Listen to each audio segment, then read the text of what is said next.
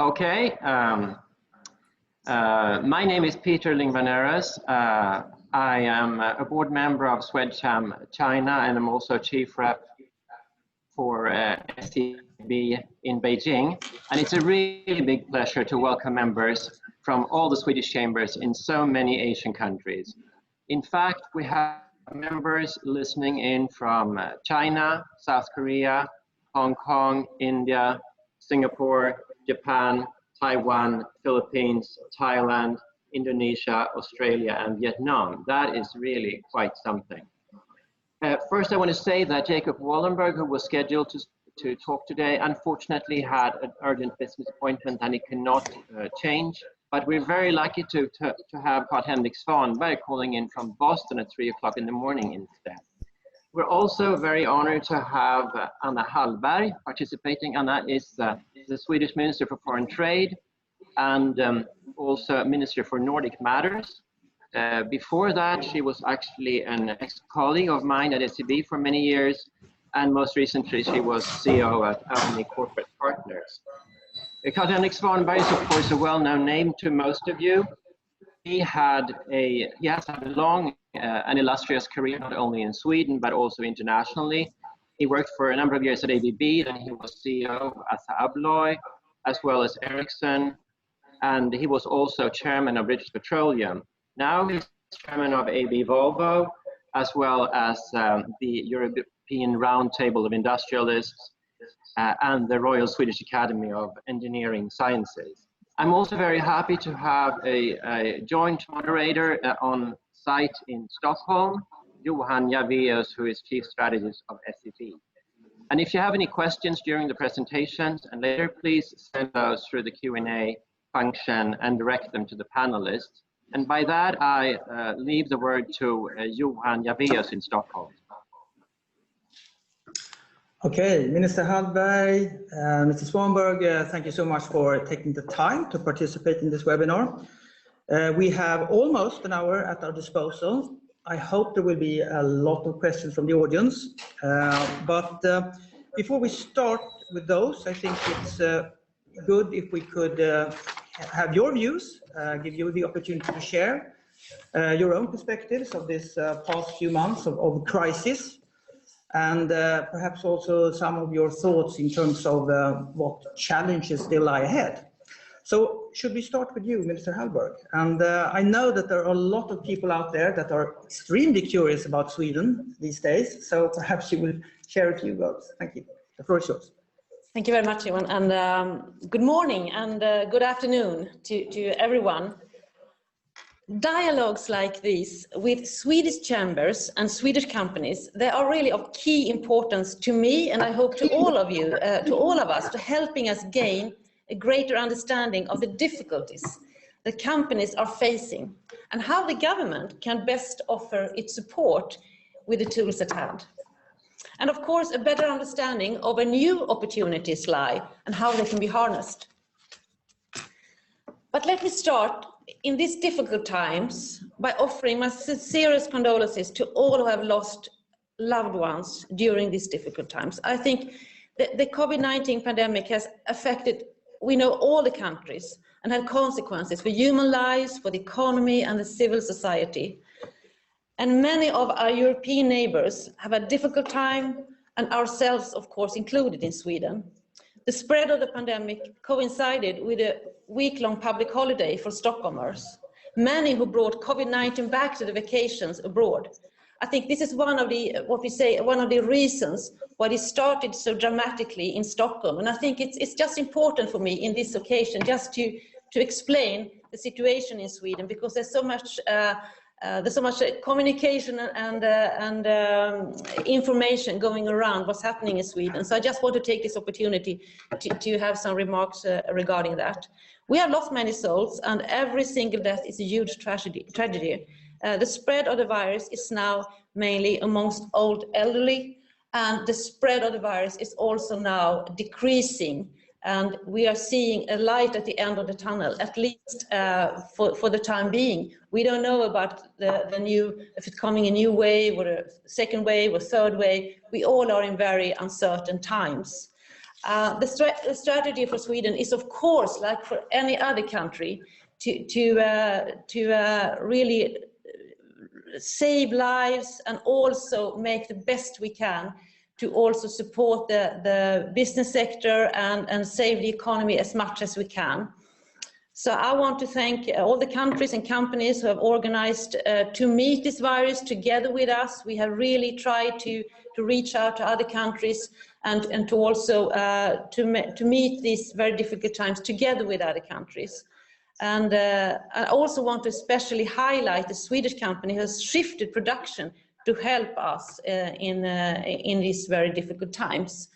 So having that said, I just wanted to now turn back to the focus on the seminar with the economic recovery and the global trade as a main topic.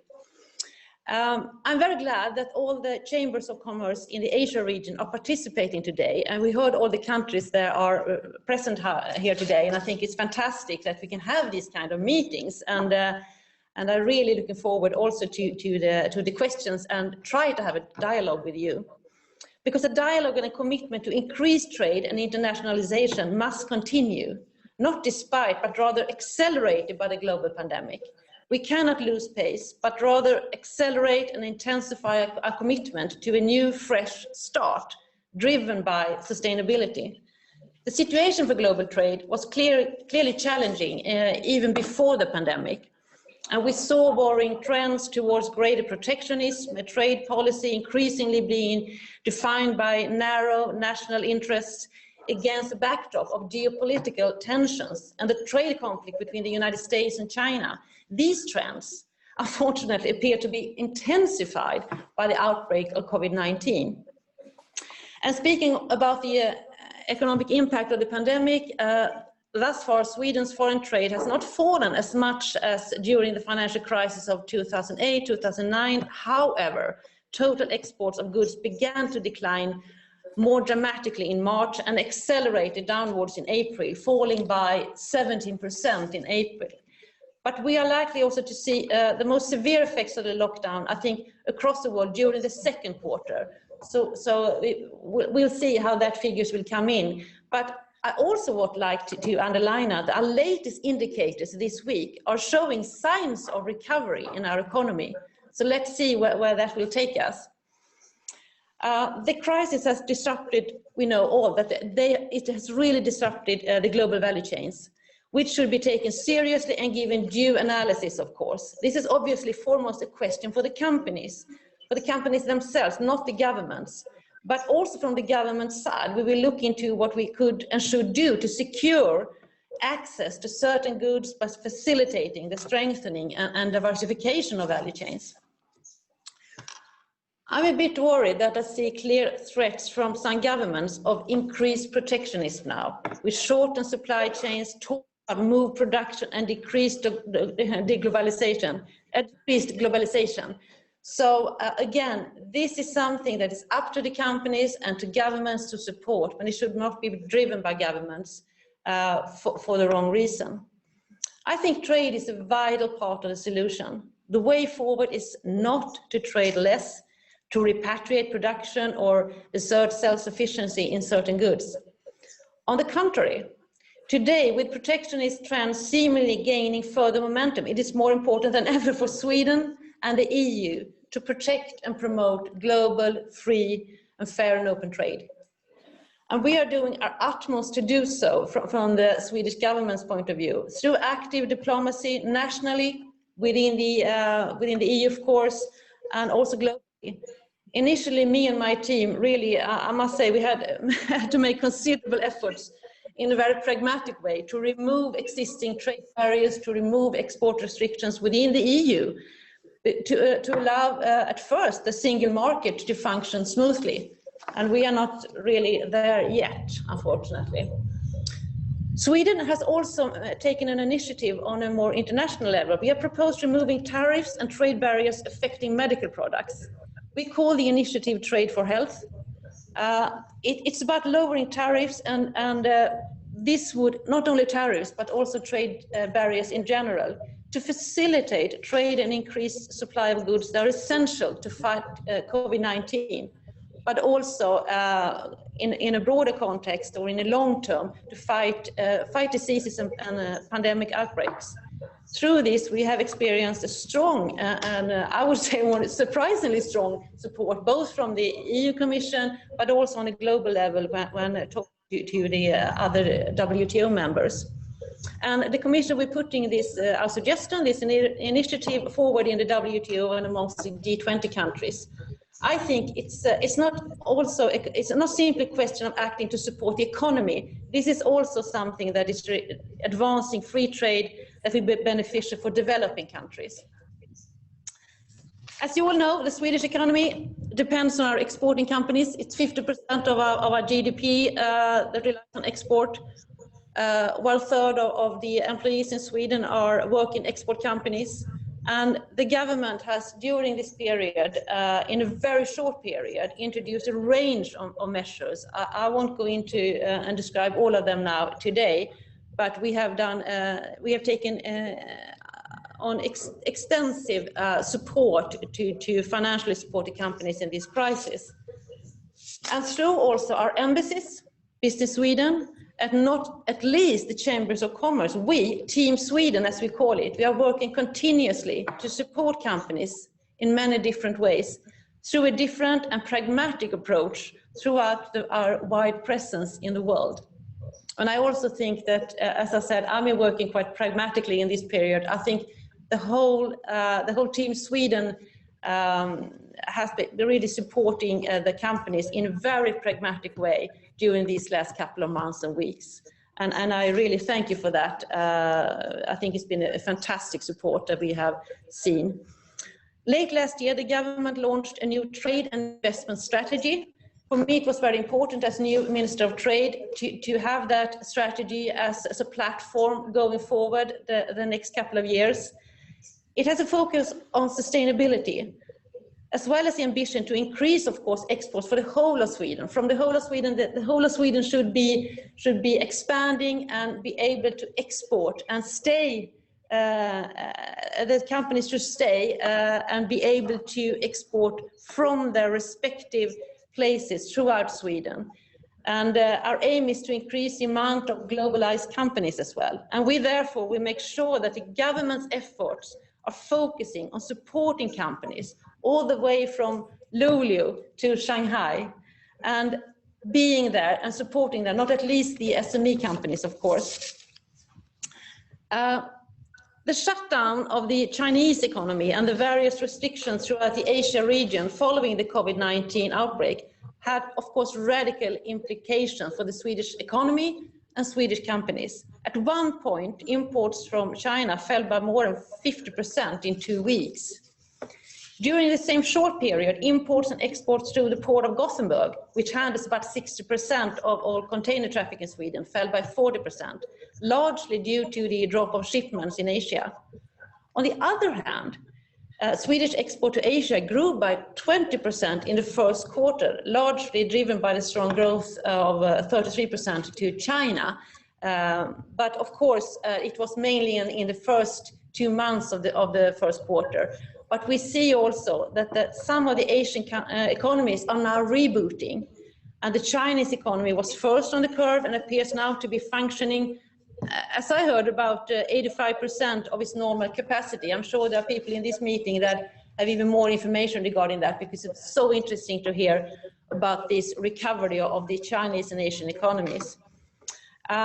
I note, however, that the pace of the China's comeback seems to have slowed in the last 4 or 6 weeks. It'll be also interesting to hear more about that in this meeting.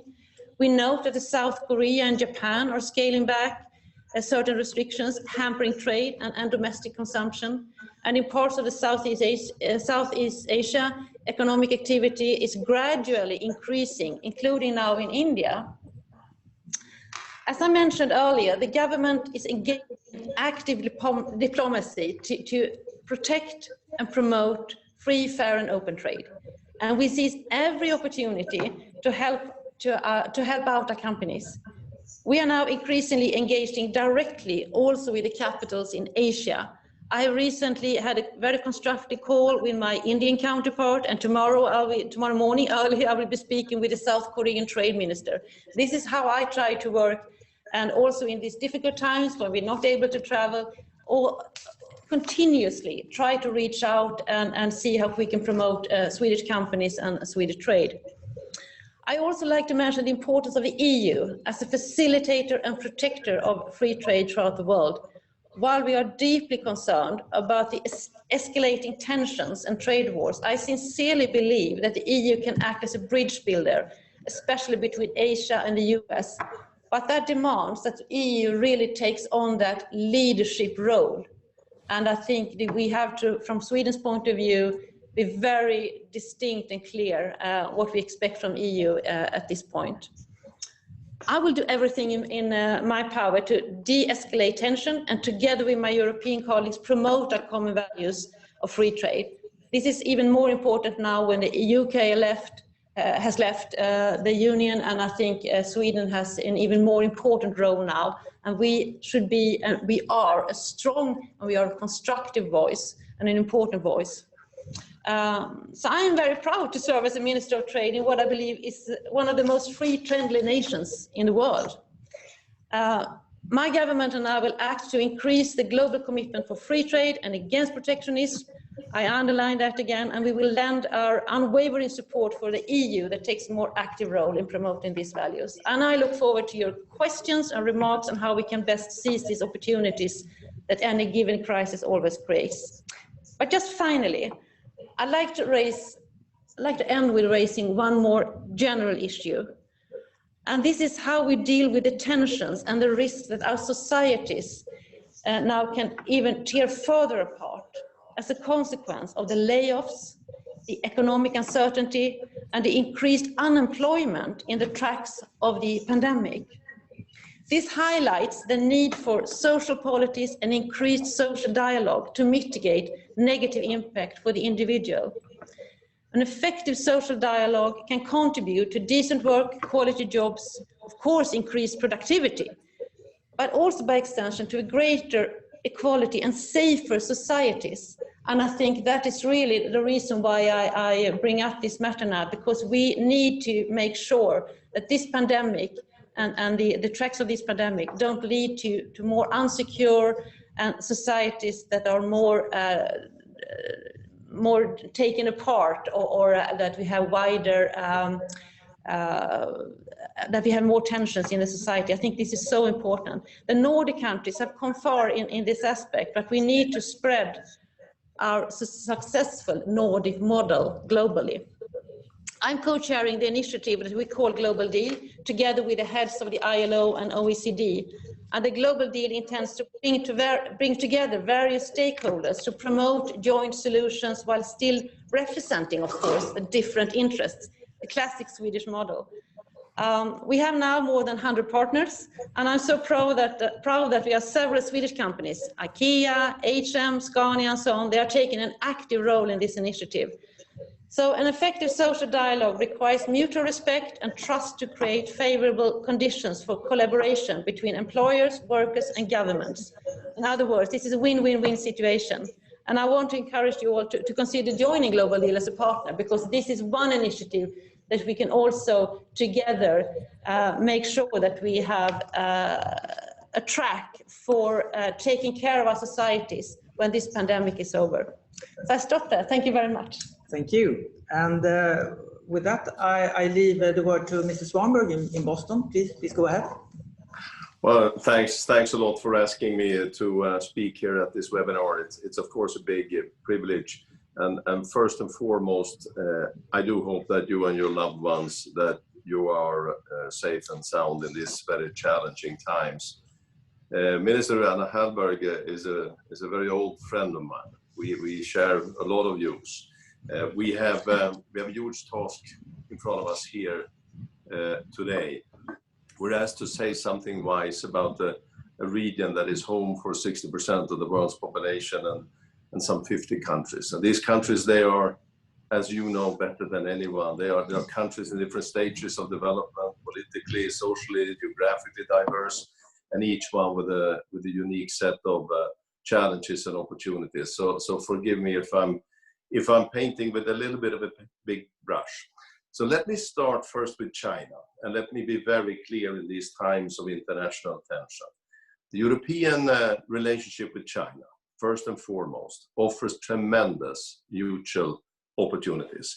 My conviction is that the European approach versus China must be built on inclusion, not on isolation. And the goal for China must be to be a responsible stakeholder in a rule-based order, not a systemic rival. COVID-19 have shown very clearly that China is not only a regional power and a growth engine, but an integral part of the global economy. For example, those talking about a possible new Cold War, the US trade with China today is more than 2,000 times bigger than it ever was with Soviet Union.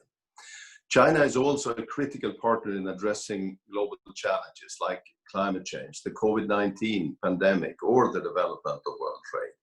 When the Chinese economy now shrinks for the first time in many years, it sends shockwaves around the world, not just in the Pacific region, but also across the globe, and creates enormous disruptions in global trade and supply chains. I came the first time to China some 30 years ago, and I traveled with a bus from Hong Kong to Guangzhou on a small road there. The road went through what we today know as Shenzhen, a vibrant city with 20 million people, the Silicon Valley of China, but was at the time just marshland and a fishing area. I think this image illustrates to me the most obvious global trend during the last decades, the growing economic power of Asia and the economic integration of China. We're witnessing how the economic center of gravity now moves from the west to the east in the same way as it once moved from Europe over to the United States some 100 years ago. So I also see how far the integration of China has gone from the companies where I'm involved. For example, Ericsson, where I was CEO for 7 years, China has been a key market for more than 120 years and an important base for research and development and for manufacturing. For ABB, where I actually started my career back in the 70s, China is the second largest market today with 20,000 employees in R&D and manufacturing, sales and services. And the same is true for Volvo, where I'm the chairman. China is a huge and fast-growing market. We have joint ventures with SDLG and with Dongfeng. And the same goes for other Swedish multi-internationals for that matter. Therefore, anyone that discusses a decoupling of China from the rest of the world is somewhat detached from reality. It would ruin value and productivity. It would hinder research and development and force the rest of the world into a difficult, damaging, and dangerous choice between two parallel systems. Another dimension in the discussion in Europe and the US is about bringing back value chains. And Anna, you talked about that as well. Or insourcing, much amplified by COVID crisis. To secure resilience in critical areas, such as food or healthcare or defense at difficult times, that is understandable. But we must recognize the benefits that global supply chains have delivered in companies, in citizens, and governments.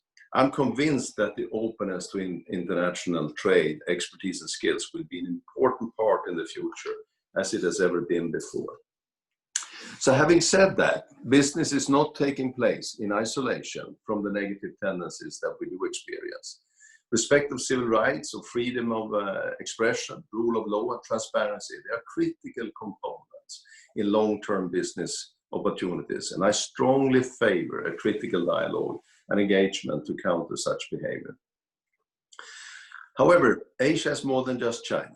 I'm impressed by the Asian countries, ASEAN countries, effort to coordinate their positions on trade and investment. Very, very diverse countries, but together standing strong with Singapore as an important financial and regional hub, skillfully balancing regional tensions and ambitions.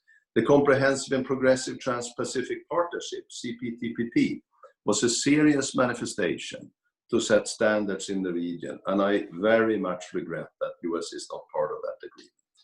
The Regional Comprehensive Economic Partnership, RCEP, including also China, is a promising endeavor to make trade even more transparent and introducing mechanisms to create a level playing field. Sweden is a vocal member also of the European Union, as Anna Hallberg, of course, well know, and should continue to put pressure on the EU to establish free trade agreements with also other regional areas actors. The free trade agreement with South Korea has already proven to be a success. South Korea is by all accounts a successful economy and in many ways has an industry similar to Sweden. On digitalization, automation, not least 5G, we have all the reasons to collaborate closely with South Korea, and the Prime Minister Stefan Löfven's visit was an important milestone last year. The EU-Japan FTA, Free Trade Agreement, concluded is equally promising, and Japan has displayed a new willingness to integrate itself to other economies.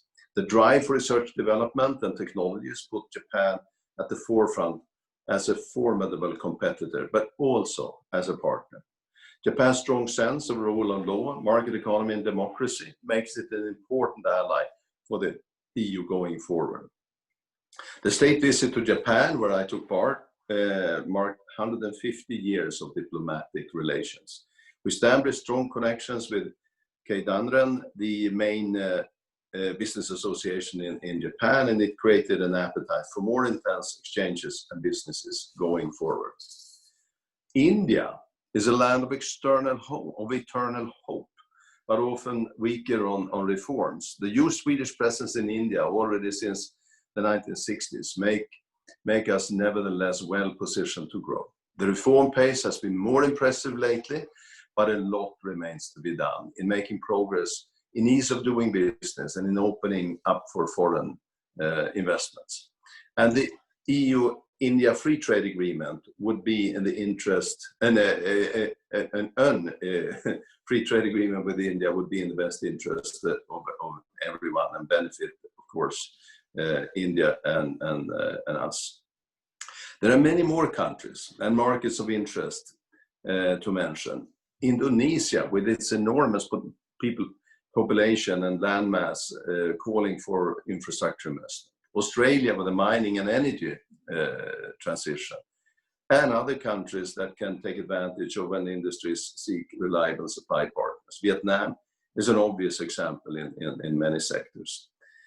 However, throughout this region, it is enormously important not to lose speed of market-oriented reform agendas and to integrate further, both with the rest of Asia and with the rest of the global economy. For the region as a whole, there are other large regional differences in ease of doing business. The area of IPR is critical. Differences are too large and will hamper investment and growth. Part of the region need to strengthen public institutions and legal frameworks to enforce the rule of law. Other parts of the region struggle with inequality or corruption, while others struggle with an aging population. So with China, substantial economic adoption has undeniably taken place. Much remains to be done, and sadly, the current trend appears to be going in the wrong direction. There is currently an imbalance in economic conditions between the EU and China. If allowed to increase, this imbalance will lead to competition between our systems of a liberal, open and social market economy and China's state-dominated economy. It will be especially important for China to instill a sense of trust and predictability in relation to Europe and the rest of the world. This can only be done by more of transparency, openness, and respect for a common set of rules. China must send a strong signal that they are ready to assume a greater responsibility for the world economy and conduct diplomacy in a mature way. Europe needs to take serious steps to become a strong, united, demanding, and capable partner of China. For this, Europe needs a strategy built on principles and must stay united on its indivisible values and interests. The EU and China must jointly look for every opportunity to work together to promote global public goods and secure reciprocity and a level playing field as the base for international relationship. I am by nature an optimist. and I'm still so after 40 years of international management. We're living in challenging times, but with so many opportunities if we navigate wisely. So for me, the glass is half full. I believe the COVID pandemic should be a reason for us to promote increased collaboration. Just as the spread of the virus is without borders, our response should be borderless. Let us use the situation to come together for a new chapter of EU-China and EU-Asian relationships. One chapter in which we realize that we all depend on each other. So that was my remarks, and now I look forward to the discussion and questions. Thank you so much, Mr. Svanberg. Just one reflection. Minister Hallberg touched briefly on the Swedish COVID strategy in her remarks, but you're currently in Boston and you have experienced firsthand the US version of this strategy or the lockdowns. How would you say it compares? What's your reflections on this? Well, first of all, I think we hear a lot about the Swedish model, and we are the lagom country. But I think it's fair to say also that the difference in reality is not as big as we talk about. We see pictures of Swedes walking in parks and sitting on restaurants, but the reality it's pretty locked down in Sweden as well. We have a tradition of trusting authorities more so than in many other countries. So when we are given a guideline, it basically means the same when other ones introduces a law. We have failed in Sweden to care for our elderly. A lot of those that have passed away, they have passed away in elderly homes that have been infected. But generally, it's not so different, and we're seeing now how different economies start to open up also here. Okay, thank you. Minister Hallberg, we have a question from the audience here about travel restrictions. And when do you expect travel from Asia to restart? And it's obviously important for businesses to be able to exchange staff and experts. Yes, I mentioned before that we put a lot of effort in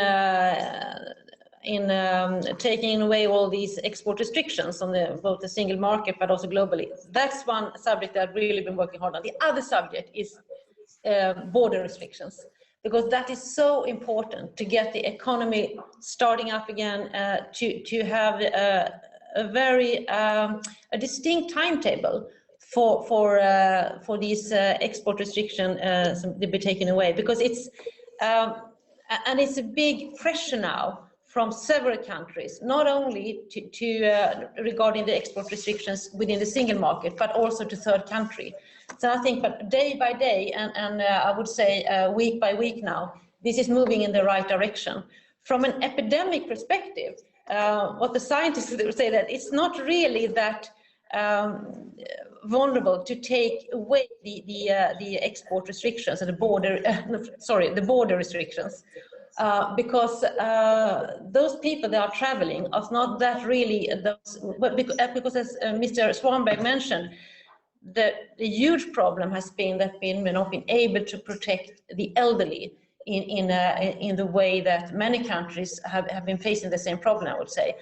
But the business people traveling, not only within the single market, but also to Asia and other regions, I think that could be discussed at a very early stage now, how we can remove those restrictions and border restrictions. And we are in a very deep discussion about that within the EU, within the Nordic region, and I hope that we will see that very soon.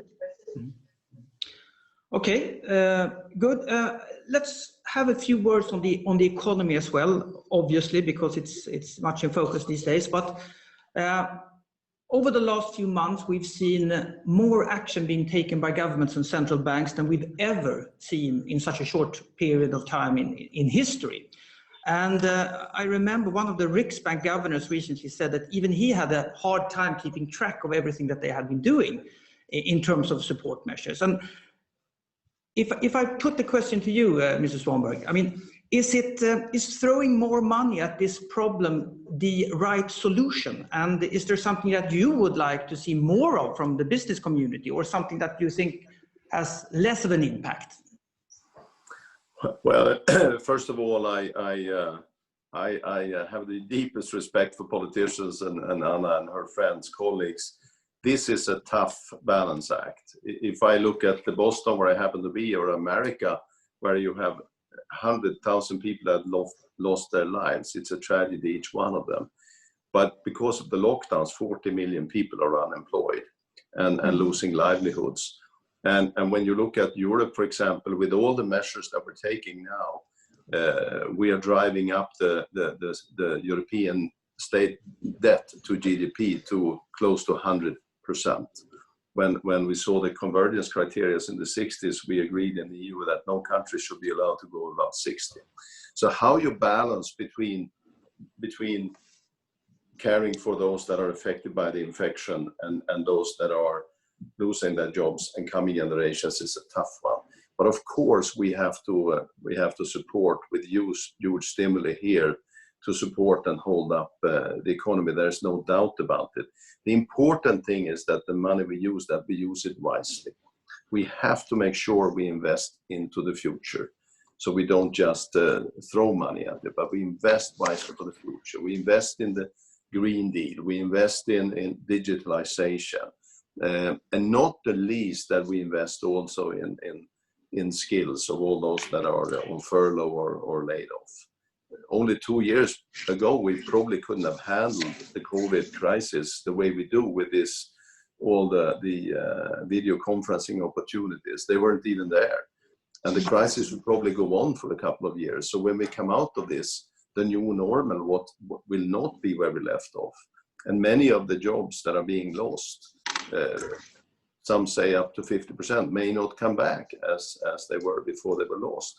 And we have to make sure that everyone has a chance to upskill and stay attractive to the labor market. Okay, thank you very much. Looking here at the chat, there are a lot of questions coming in. May I just comment on that as well? Because this is an important issue. And I fully agree with Carl-Henric that this is a very delicate balance. And we need also to see that we have introduced these efforts and these supports in a very short period, but this should also be in a short period, because we need to see how we can gradually lift these supports and make them more efficient, make them more distinct. And I think broad-based recovery strategies need to be developed to promote growth, employment, and competitiveness. If they are too general, it's a huge risk, and I think we are facing that now, that they are really not that effective. So the design of these supports will depend on, of course, on how deep and long-lasting the economic recession becomes, but they should include structural elements and be used as an opportunity also to undertake important and necessary reforms in the future. So we're not getting stuck in these reforms now, because that would be too expensive and not very efficient when it comes to the necessary restructuring of some sectors and businesses and companies and so on. So this is also a very delicate balance now, when we will lift this and when we try to be more distinct and more approach-based in our coming support. So I think that's an important balance, and we are facing that in a very short time, I think. Thank you. And also looking at the chat here, there are a lot of questions coming in that has to do with Hong Kong. Could you make some reflections about the Swedish policy? Well, the serious developments in Hong Kong, it's of course, it demands really a very close watch on that from Sweden's point of view and from the EU's point of view. On May the 29th, I think it's important to say that the EU then issued a statement highlighting that the decision by the National People's Congress in Beijing to introduce a national security legislation for Hong Kong, this is not in conformity with China's international commitments. And the EU attaches great, of course, importance to Hong Kong's high degree of autonomy. And this is also in line with the EU's one country, two systems principle. So we are worried, and we are following this very closely. And as I said, this is not in line with the US principle. So that's really what I can express at this point of time. Mr. Svanberg, do you have anything to add? No, I can only hope that it gets resolved as good as possible. Many of us that are doing business in China, we have started in Hong Kong, and Hong Kong is well known to most of us. It's actually the home to my wife's sister and family as well. So we are there quite often. I just hope there is a positive solution to all. Minister Hallberg, Asia, it was the first region into the crisis. It's the first region out of the crisis. This could, of course, create opportunities. Does Sweden have any specific strategy to designated to benefit from this early recovery in many Asian countries? Absolutely. I think we should really be a front runner here. And as we need, as we say here, some Asian economies are now rebooting, and we are coming from, I think, from the Swedish business sector. We are coming from a very strong position. As Carl-Henric mentioned here, we've been there for such a long time. We are credible, and we should really now be here as a front runner when the economics are starting to, and the wheels are starting to move again. We are, of course, ready with Business Sweden in a leading role to shift away from direct crisis management to try to harness these new opportunities. And I think we have to be even more present in this area going forward. And also, I know we are engaging in better understanding what the new landscape of competition will look like in Asia post-corona, because I think it's very important to be aware of that. Post-corona, no economy, no country, and the trade community as such will not be the same as before coronavirus. And I think it could also be an opportunity. And I agree with Carl-Henric saying I'm also an optimist here in this aspect, because I think I think we shouldn't just talk about a restart. We should talk about a new and fresh start, where Swedish companies are so competitive when it comes to sustainability, digitalization, and so on. So we need to be there. We need to be present there, and as I said, we come from a very strong position. So we will definitely put a lot of efforts there, and not at least from a personal level, from my point of view. I think, and it would be interesting to hear if we could have some kind of dialogue or discussion in this meeting. What would you like to see more from me as Trade Minister, from the Swedish government, to support you in Asia? Because I have so many bilateral conversations with my colleagues in different countries, not at least in Asia. So I really would like to hear also, what can I do more, and how can I be more supporting in you doing business in Asia? Thank you. We have a question on the chat here about supply chains. Carl-Henric, you touched briefly on this in your presentation, but we can revisit it. Traditional supply chains are typically optimized for cost and not designed to proactively address disruptions like the ones we see now. Which changes to supply chain management do you see, given that you have a very distinct track record in manufacturing? Well, one of the first tasks I was given when I started to work in the 70s with ABB was to study where it was the optimal place to manufacture and produce transformers. And I realized we were doing that in Sweden, Germany, or Canada, high-cost countries. We did it in Brazil, Taiwan, South Africa, low-cost countries, and it kind of came out the same. So where salaries were lower, productivity were lower, also lower, and it took longer time. So it basically came out on par. We had in the 90s a time when China was disproportionately competitive, because skills and productivity came up very, very quickly, but salaries did not. And we put a lot of value chains, supply chains into China. Today, the differences are not as big. And of course, the Chinese people have got so much more benefit out of their capabilities. So it's still an advantageous place to be.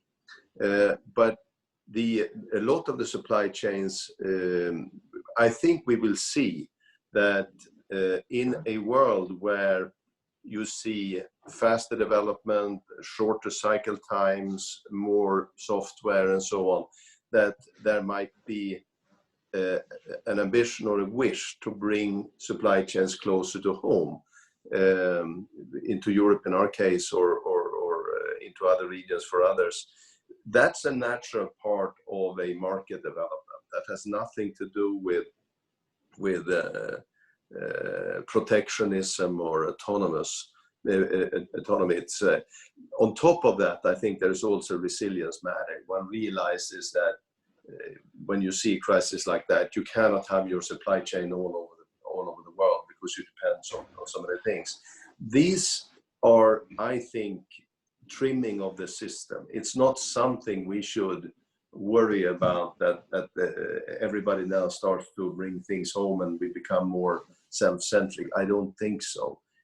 I think for every country, it's always a battle of staying attractive, staying efficient, staying skilled to attract business, and that will continue. I don't see a huge change, but there are some tendencies one shouldn't overinterpret. Okay, I think we should have time to also talk a little bit about the future post COVID-19. But before we leave the economy, I mean, you follow the day-to-day developments for what's happening very, very closely, and uncertainty is of course large. But if we promise not to hold you accountable for any bad forecasts, which path do you see as the most likely recovery scenario if we talk about the global economy? Is it V-shaped, U-shaped, or L-shaped? Should we start with you, Ms. Hallberg?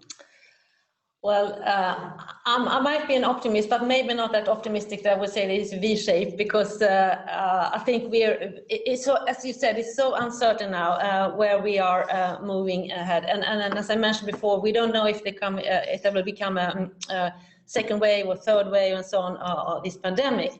But, and if we have a vaccine already this fall, which we hear some very good news about, not at least from the Swedish-based company AstraZeneca, they are now really working hard on this. So we have some positive signals there. So that is really one thing. I think that we could see more of a maybe U-turn. I would say I'm more optimistic now than I was 1 or 2 weeks ago, because there's so much pressure on starting the economy again, starting the wheels moving again. And so I think that, and the balance between, of course, handling the pandemic, but also being able to get the economy started again. I think we see that the balance is more of up in the discussion. And I also see that many countries, not at least within the EU, see the necessity of getting back on track again with the production and so on. So I think it's not that gloomy as it looked just a couple of weeks ago. And we see signs already in short-term indicators now in Sweden, as our finance minister commented on yesterday, that we see some more lights at the end of the tunnel. So I'm a bit more optimistic, actually. Mr. Svanberg? Yeah, I like Anna, I think this we are in this pandemic, and we will be with it for some time. And of course, if we're really lucky, maybe we have a vaccine here by the end of the year or something. But in some way, in the beginning, I thought we all felt this is a serious flu, but by September, October, it'll be over. Then we realized it will not be over. It will be with us for a while. And if you go to places like India, Indonesia, Brazil, it has sort of, the outbreak has just started. So it will take some time. I think what makes it hard to predict is not just as in, Johan, as an economist, after every downturn, there is an ambition to speed up and an appetite for growth, and this is what the cycle does. But here is an uncertainty about the future that is hard to predict how long it will stay with us. If I take Volvo, for example, the transportation kilometers in the world, how much we transport goods, is not that much down anymore. It maybe is 10% down, 50% down. It's a bit, but it's not dramatic. But a truck driver, a fleet owner, he can continue to drive with his old truck. There's nothing wrong with that one. It may not be the optimal choice because it might be 7, 8 years old. It's time to buy a new one. But he can, of course, hang there with this decision for another year. So I think for a lot of people, and especially when you see how effective the society has become, the trust in the future and therefore the willingness to start to open up and invest and buy and consume. I think that's a psychological element that is not similar to other downturns that we've seen. I think it will be with us in some ways. I mean, even 21 may not be the fantastic year. Maybe we're back on track really by the end of 21 or beginning of 22. But that means a lot. It's a long time then, 2 years of struggle. Okay. I interpret it as a sort of U-shape with an optimistic twist from both of you. So I guess that's fairly okay. Yeah, it's a U with a small. It's not a long thing down there. But it's a little bit. I think you were a bit more pessimistic than I was, Carl-Henric. So let's see who's right here. Let's meet in a year or two. I think our respective roles calls for that. I know. Okay. Let's talk a little bit about the future, and perhaps also from a political standpoint. And many people predicted, at least initially during this crisis, that the EU would be one of the casualties from the COVID-19, and that it would basically finish off what the Brexit process started. But now it seems that the EU has come back, and we see more unified approach to a lot of things. So a question to both of you. Do you think that the EU will emerge stronger from this pandemic or weaker? Ms. Hallberg, you want to start? Actually, I think this is I wouldn't, just to start with, EU is a fantastic platform, not at least for Sweden, being a small country, export depending. 70% of our export goes to EU, 80% of our imports come from the EU, from the single market. So this is really a fantastic platform, and we really can, but we can do much more. And I think, I wouldn't say tipping point, but this is a very important period now for the EU to show leadership and to unify our really approach to the rest of the world.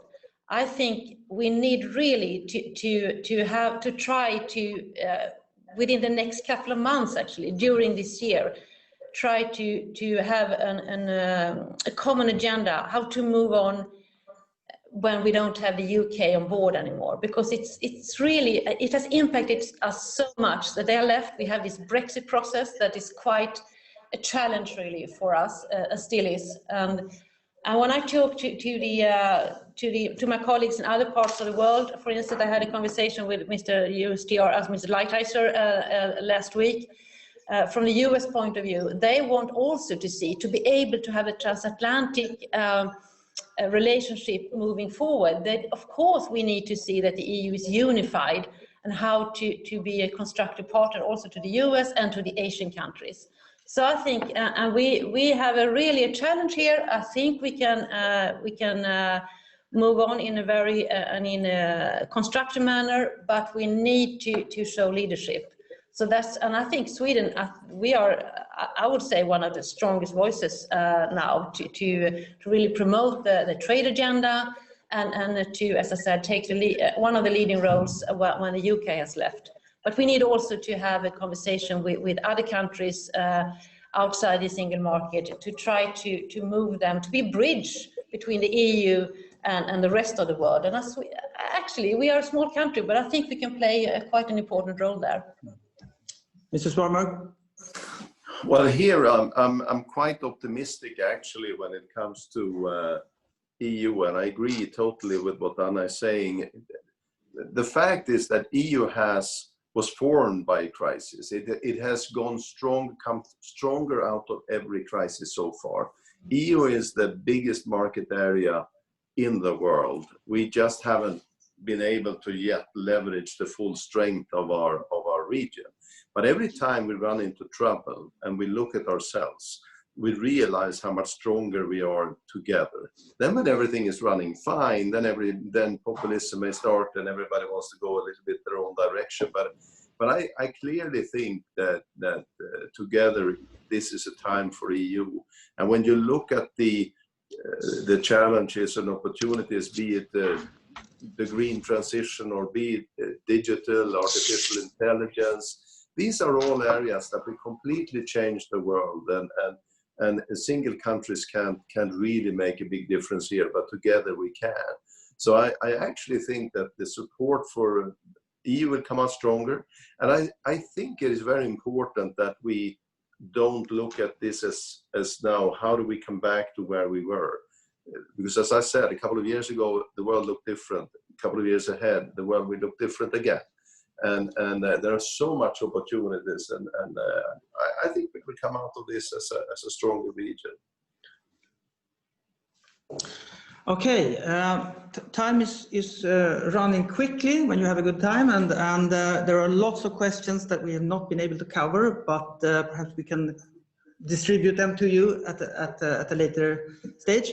Anyway, Minister Hallberg, Mr. Svanberg, it's been a pleasure talking to you today, and very interesting to hear you sharing your thoughts. And before we end, I will just hand over briefly to Mr. Lingvanerus of SEB in Asia for some closing words. Thank you. Well, thank you very much, Johan, and thank you, Minister Anna Hallberg and Carl-Henric Svanberg, who got up at 3 in the middle of the night in Boston to join us. We really appreciate both of you participating today. And also again, Jacob Wallenberg regrets not being able to join us, but he has promised to return on another occasion. And apologies for any technical problems. We were a lot of people dialing in, and there could have been some effects of that. And also thank you for all the questions, very interesting. And like Johan said, maybe some of them will be answered separately. So with that, I say thank you to all of you and hope to see you soon again when we can do something like this. Thank you and bye. Thanks a lot. Thank you.